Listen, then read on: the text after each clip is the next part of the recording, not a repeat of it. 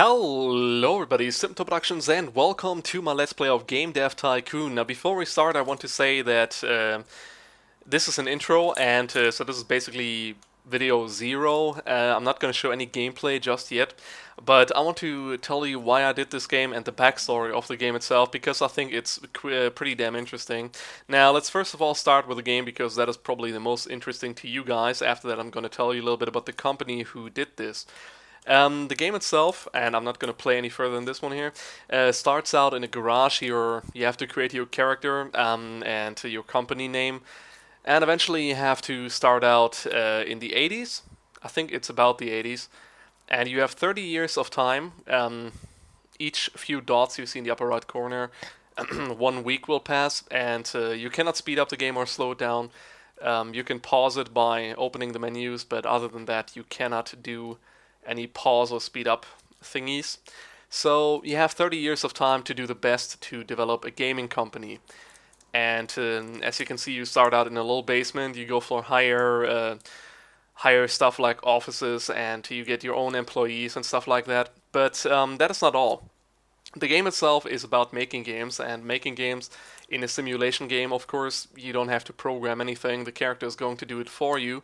So they have several sliders you have to adjust well. Once I can show you the gameplay, several sliders you have to adjust to go for topics and stuff like that. So you're sitting in your basement, you're programming games, you're trying to make a good game, you do research, create your own engines, eventually you can go into a bigger building, you hire employees, you do more research on them, create bigger games, you research more.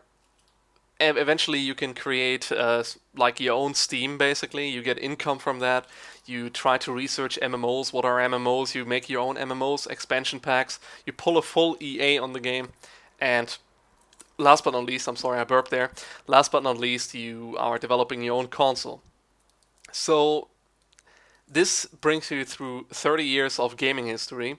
You start out with particularly interesting choices, which are only the Commodore 64 and the PC. Both of them, well, the PC is not renamed, but like every other console in the game is renamed. The Commodore 64 is called the G64. Instead of PlayStation, you have Play System. The Game Boy is called Gameling, and not sure if they did that for legal reasons, but I like him, so that is pretty radical. Right there. So yeah, you do your gaming company, and it's just a very interesting thing to see consoles come and go. They actually put it in as it happened in history, so you'll have the NES arrive, you have the Sega Master System arrive, then all of a sudden Nintendo, or I think Nintendo, or whatever it's called here, will announce, hey guys, we're having the Super NES, and all of a sudden the NES will be pulled off the market and your games will not be sold anymore if you have running games still on it.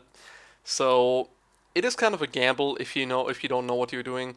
The whole game is very mathematical, and yeah, I love it. I hope that I can show the love to you through the screen.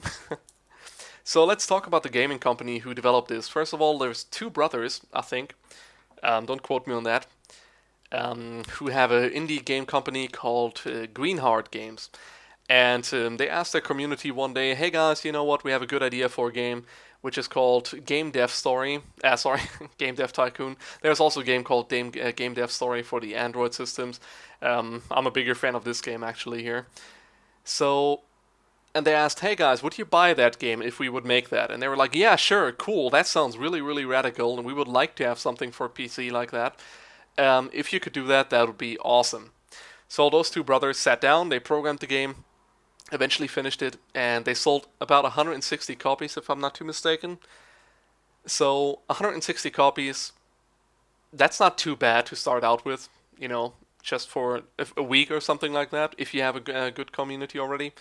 But they noticed that over 2,000 on torrents were pirated.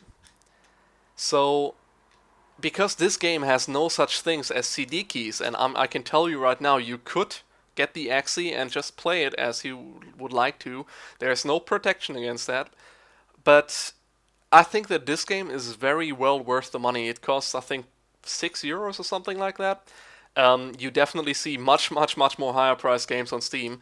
But why am I telling you this? Well, the gaming company itself, the Greenheart Games guys, they pulled a very interesting move on the piracy community by releasing their own torrented version, a fake torrent on them. Not only to monitor how many people would download it, but they also programmed something into the end of the game that you're, or in the middle or something like that, at least what I heard, that your game will give you a message like this right here: welcome to Game Dev Tycoon, yada yada yada.